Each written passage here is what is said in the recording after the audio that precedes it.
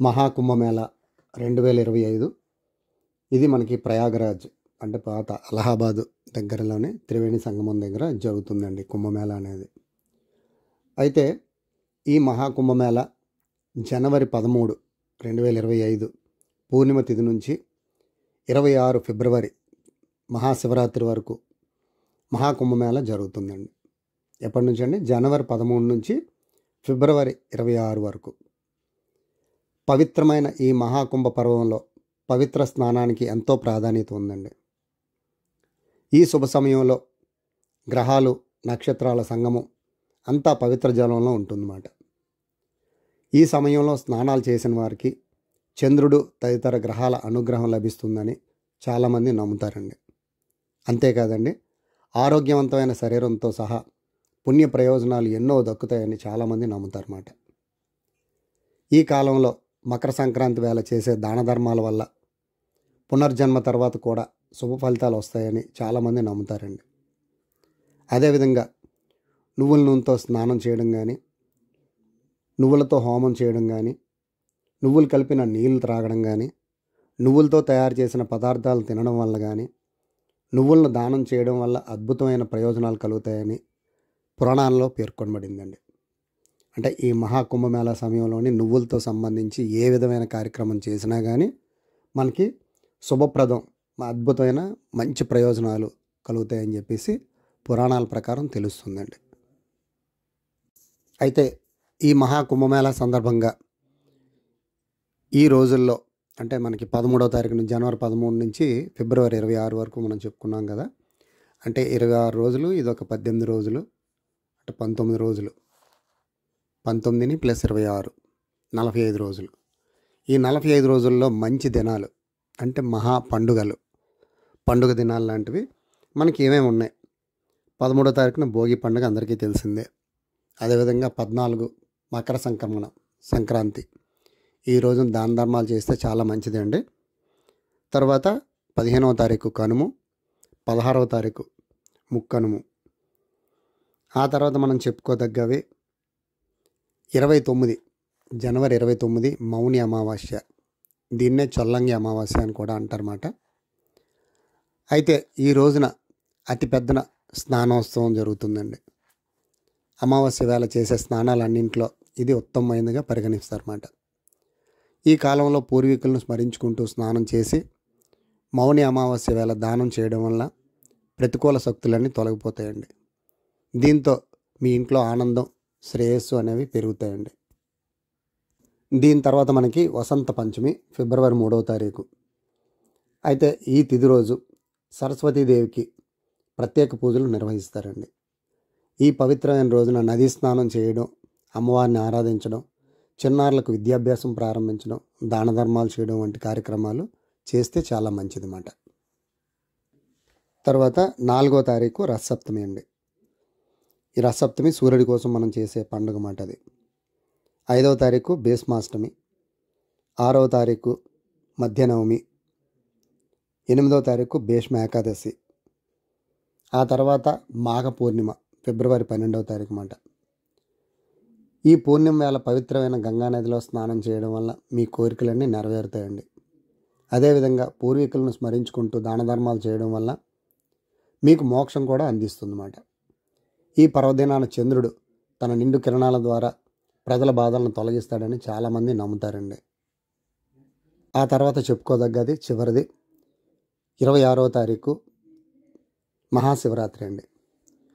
శివయ్య పార్వతీదేవిని స్మరించుకుంటూ మహాశివరాత్రి వేళ ఉపవాస దీక్ష చేపట్టాలండి. ఈ పవిత్రమైన రోజున శివపార్వతుల కళ్యాణం జరిగిందని చాలామంది నమ్ముతారండి. అందుకే ఈ రోజుకు ఎంతో ప్రాధాన్యత ఏర్పడింది. ఈ సమయంలో నది స్నానం చేయడం వల్ల ఎన్నో ప్రయోజనాలు కలుగుతాయని చాలామంది నమ్ముతారండి. కాబట్టి ఈ మహాకుంభమేళా సందర్భంగా నేను చెప్పిన ఈ వేళ విశేషాల్లో మీరు స్నానం చేయడం వల్ల మీకు కానీ, మీ కుటుంబానికి కానీ, అందరికీ కూడా మంచి అనేది జరుగుతుందన్నమాట. అన్ని మంచి ప్రయోజనాలు సమకూరుతాయి మీకు. ఈ కుంభమేళా గురించి అసలు కొంత తెలుసుకుందామండి. కుంభమేళా కొంతకాలం తర్వాత నిర్వహించబడే హిందూ ఆధ్యాత్మిక ఉత్సవం అని చెప్పుకుంటారు. కుంభమేళా కేవలం మతపరమైన ప్రాముఖ్యత కారణంగా 4 నగరాల్లో నిర్వహించబడుతుందండి. నది ఒడ్డున ఈ ఉత్సవాన్ని నిర్వహించడం వెనుక ఉన్న కారణం ఏమిటంటే, ఈరోజు పవిత్ర నదిలో స్నానం చేయడం నిజంగా పవిత్రమైనదిగా పరిగణించబడుతుందండి. కుంభమేళా ఉత్సవం మొత్తం ప్రపంచంలోనే అతిపెద్ద ఆధ్యాత్మిక సమావేశంగా పేర్కొనబడుతుందండి. అయితే ఈ 4 నగరాలు ఏంటేంటి?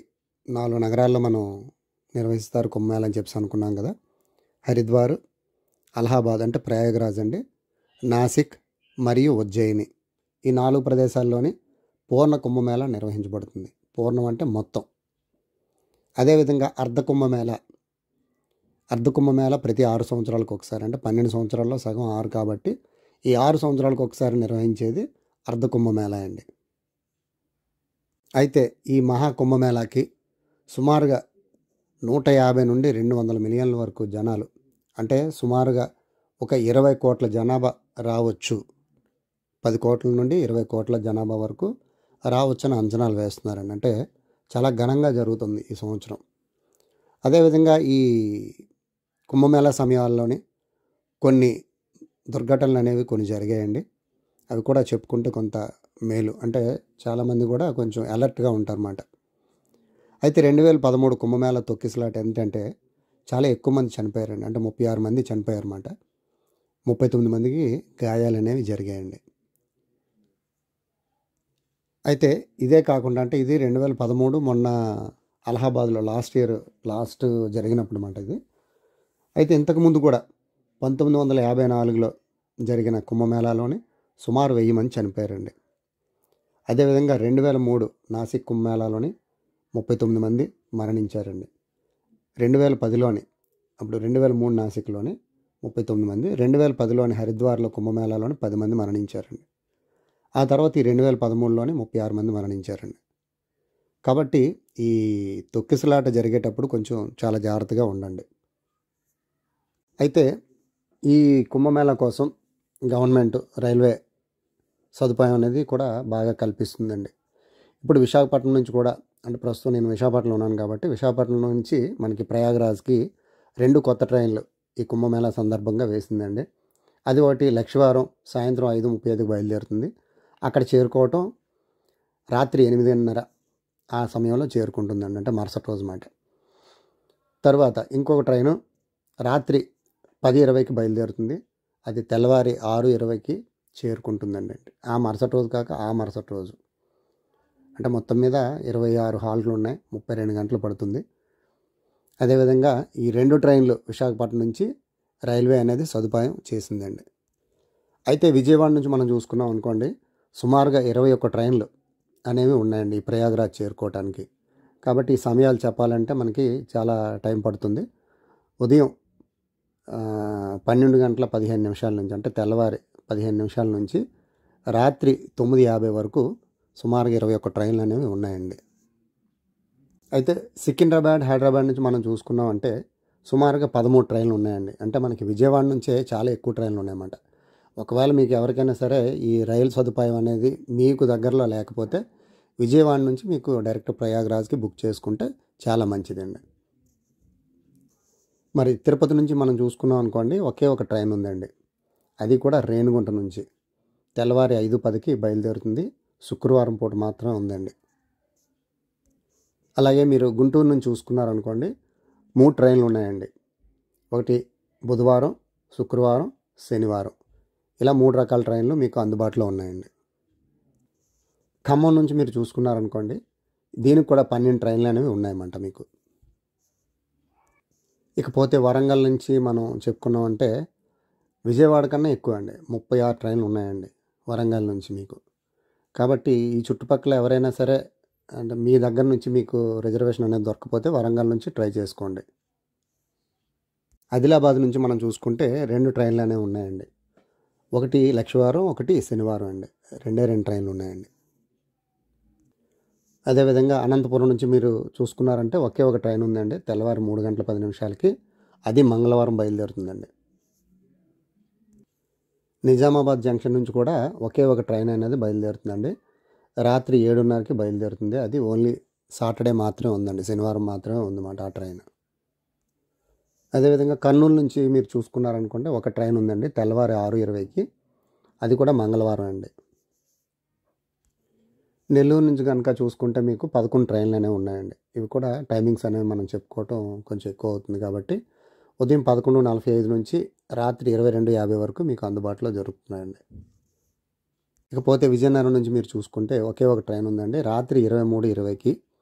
అది కూడా ఆదివారం మాత్రమే అండి. కేవలం ఒక ట్రైన్ ఉందండి. ఇకపోతే విజయనగరం మీద నుంచి వెళ్ళే ట్రైన్ మాత్రమే మీకు శ్రీకాకుళం నుంచి కూడా వెళ్తుందండి.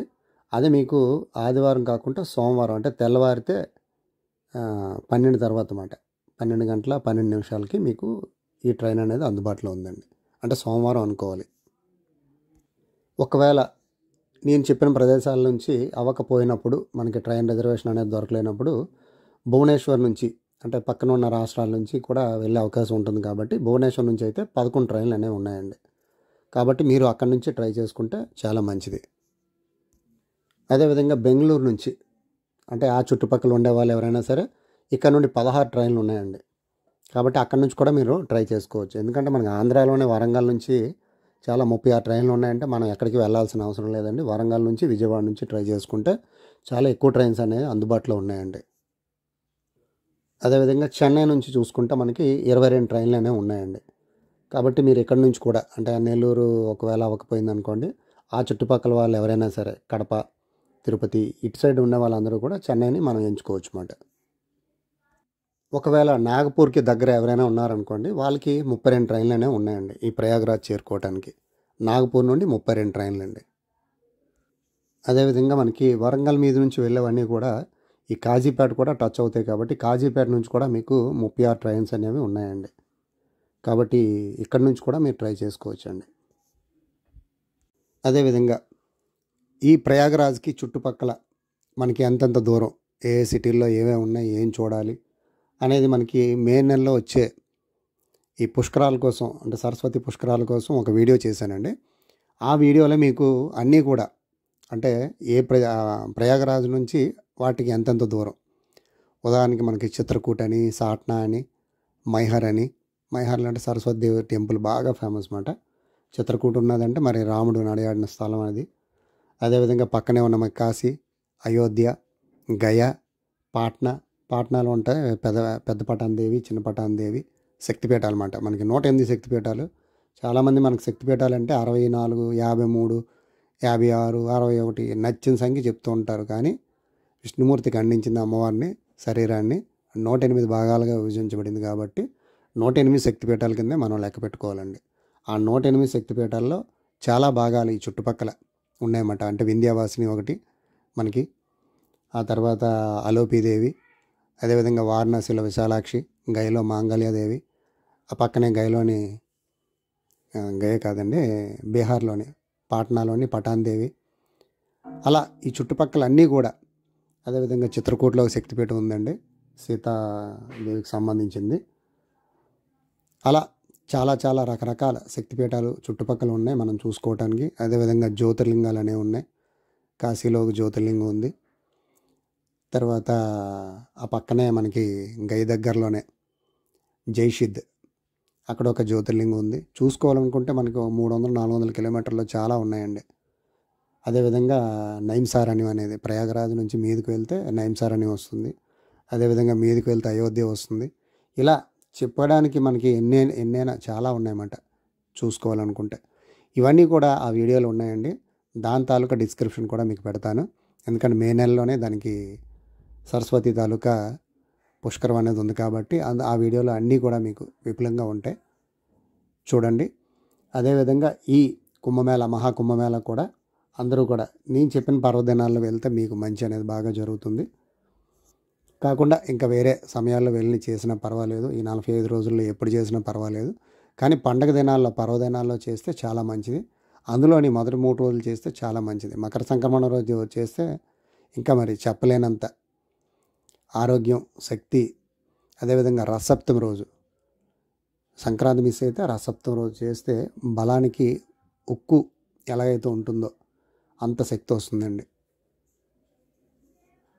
ఇది ఈ కుంభమేళా తాలూకా విశేషాలు. అదేవిధంగా నెక్స్ట్ రాబోయే పుష్కరాలకు కూడా ఇదే వీడియో కంటిన్యూ చేసుకోండి. ఫ్రెండ్స్, ఈ వీడియో కనుక మీకు నచ్చినట్లయితే ఒక చిన్న లైక్ ఇవ్వండి, 10 మందికి షేర్ చేయండి. Thank you.